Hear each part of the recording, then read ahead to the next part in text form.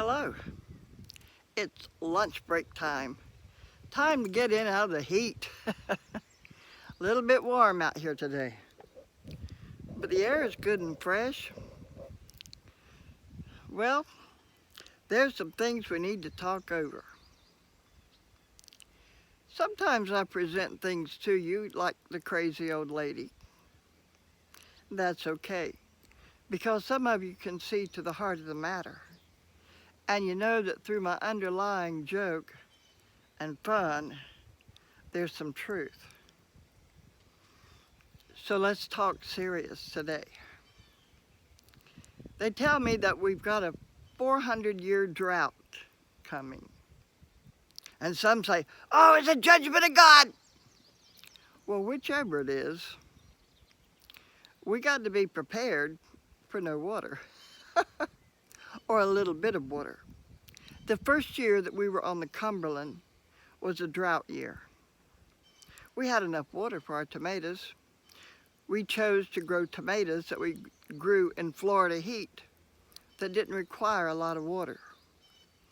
Now, if you Google or if you read, you can find plenty of vegetable plants, varieties of vegetable plants that can be grown in near drought conditions.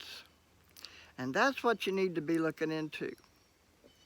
Because we gotta eat, we need water, we gotta eat. We need air, whether it's artificial air or this beautiful breeze that's blowing out here today. We need air. So back to choosing drought-resistant and drought-tolerant vegetables for your little gardens. I do know that the Celebrity is a fine little tomato. Supposedly started out as a hybrid, but when you plant those Celebrity seeds, they come back up and look just like the parent plant. But then the Sweet Cherry 100 is very drought tolerant and forgiving of people that's not good about remembering to water. And it grows a pretty good tomato. Great for salads, great for eating, just popping it off the vine and putting it in your mouth and eating it that way. So today, find you a list of plants that are drought tolerant. You probably already have some of them in your seed boxes. Yeah, I'm talking to you seed addicts out there.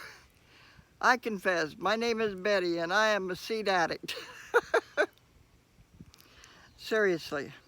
Now you gotta have a way to water those drought tolerant plants, just a minimum amount of water.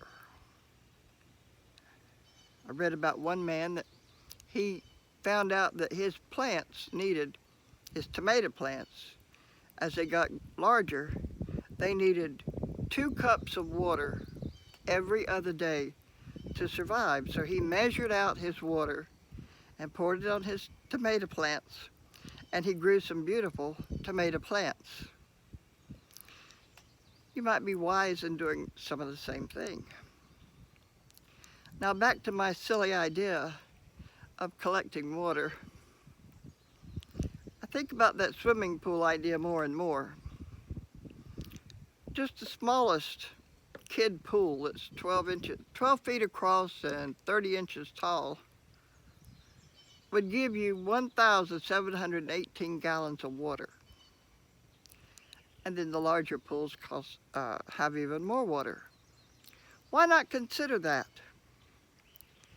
I mean, if your husband or your spouse is against preparing for bad weather conditions, then by all means, talk them into getting a small swimming pool and fill it up. And then if disaster strikes and we do have one of those bad droughts, you got water. Yep. The other way are IBC totes, large totes that usually about 275 gallons per tote. It's a lot of water. That's how I water the greenhouses, with those totes. Water comes off the shed roof, goes into the totes, and then it goes bucket by bucket into the greenhouse. But now a pump, to pump that water from the shed IBC tote to the greenhouse is very little, just a small amount of money from Harbor Freight, and it works good. I just haven't gotten it hooked up yet. And it can be run by solar because I got a 12 volt. So it will be run by a solar panel. And then I won't have to tote my water back and forth. Won't have to tote the water back and forth to water the chickens either. There are so many things that we need to get prepared for. Emotionally, mentally, and spiritually.